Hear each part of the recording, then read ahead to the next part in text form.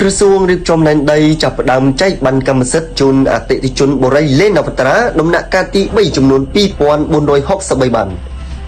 ក្រសួងរៀបចំដែនដីនគររូបនីយកម្មនិងសំណង់បានបើកវិធីប្រគល់បានកម្មសិទ្ធិដល់អតិថិជនបុរីលេងនវត្រាគម្រោងផ្លូវជាតិលេខ 6A និងច្រែ100ដំណាក់កាលទី3ចំនួន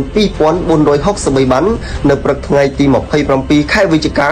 នៅទីស្តីការក្រសួងក្រមអធិបតេយ្យភាពឯកឧត្តមសៃសំអល់ឧបនាយករដ្ឋមន្ត្រីនិងរដ្ឋមន្ត្រីក្រសួងរៀបចំដែនដីនគររូបនីយកម្មនិងសំណង់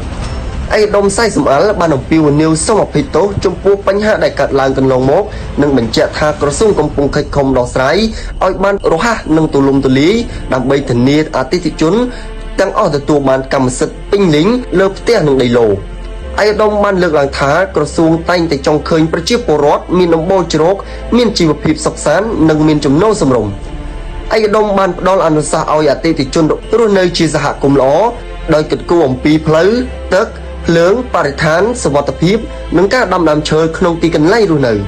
ក្រសួងនឹងបន្តសហការជាមួយក្រុមហ៊ុនបុរីនិងធនាគារដើម្បីធានាលំហូរសាច់ប្រាក់និងជួយឲ្យប្រជាពលរដ្ឋនឹងទទួលបានអត្រាការប្រាក់ទាបសម្រាប់បង់ថ្លៃផ្ទះនិងដីឡូ